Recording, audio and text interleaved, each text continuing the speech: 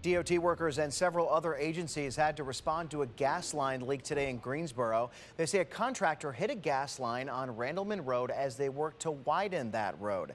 Firefighters and Piedmont Natural Gas also responded to help. And it's cases like these that underscore the importance of knowing what's underground before you dig. And the best way to do that? Calling 811 before you dig. Panzer, the executive director of North Carolina 811, joins us today to underscore the importance of that. Lewis, it seems that we hear about these types of incidents often. Why is that? Well, there's a tremendous amount of excavation going on right now. Road widening is just one example. There's a lot of fiber going into the ground. It's already very dense in the right of ways, as that is with, lots of telecom, gas, electric facilities, not to leave out the municipal water and sewers. So there's a lot going on above the ground digging, and there's a lot in the ground that can be hit as well. So even though you're calling 811 to know exactly what's under you, I mean, it sounds like it's still kind of a maze once you get down there. Well, we take almost 3 million requests in North Carolina a year for excavation. So each one of those operations, each one of those excavations is a opportunity for that risk to occur.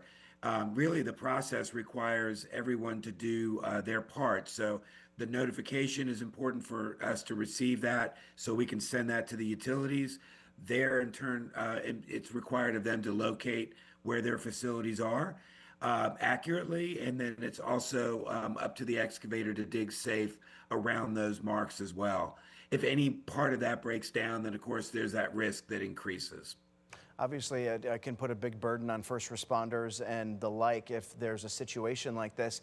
Are there any penalties that contractors can face for hitting a line if if they've already done what they're supposed to do and then they still end up hitting something underground?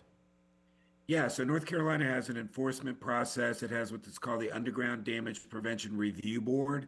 If you go to nc811.org, you can find a link to that organization. It's essentially a governor-appointed group, and you can file complaints against anyone who's in violation of the act, meaning it could go against an operator or an excavator. The penalties include up to $2,500 per incident, as well as training or a combination of those things. Someone at home might be wondering, well, I'm getting ready to plant some flowers or a new bush. Do I need to call 811? What is the threshold for, how deep are you looking to get underground when you need to start calling? Well, we never talk about depth in terms of a requirement. It's really about the excavation activity, where it's taking place. If it's taking place where it's interfering with a right of way or a permitted use, which could be a facility that's running across a piece of property, then there is a state requirement that if you're excavating that you notify 811 at least 3 full working days prior to allow those facilities to come out and mark. So there's no depth threshold. Any kind of activity, mailbox planting, tree installation, fences, anything like that that a homeowner's doing. Of course, a lot of planting going on right now. We ask that you call us. It's free, to make that contact to us, and then the utilities greatly appreciate the opportunity to protect what they have and to protect you. It seems obvious, but what is the real danger with hitting a gas or an electrical line if you're digging?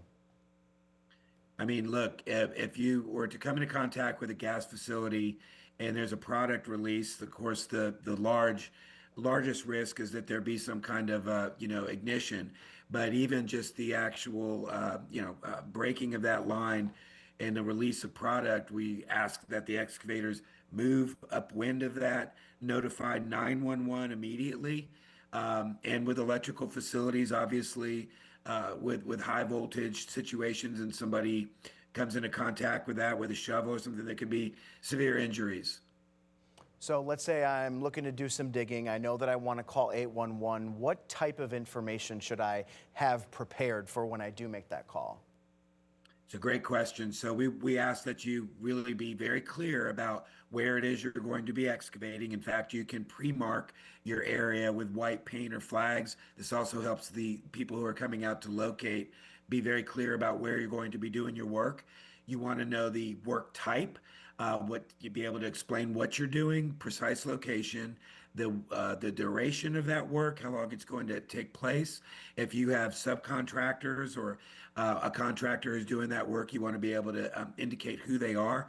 You want to have a really good field phone contact so that someone can reach you in the event that they need to speak to you about that excavation in more detail.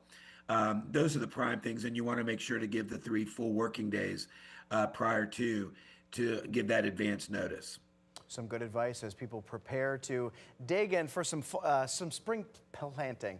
Louis Panzer from the North Carolina 811, thanks so much for joining us today. I do appreciate it. And if you'd like to watch this segment again, we will be posting it on our YouTube page shortly. Tim.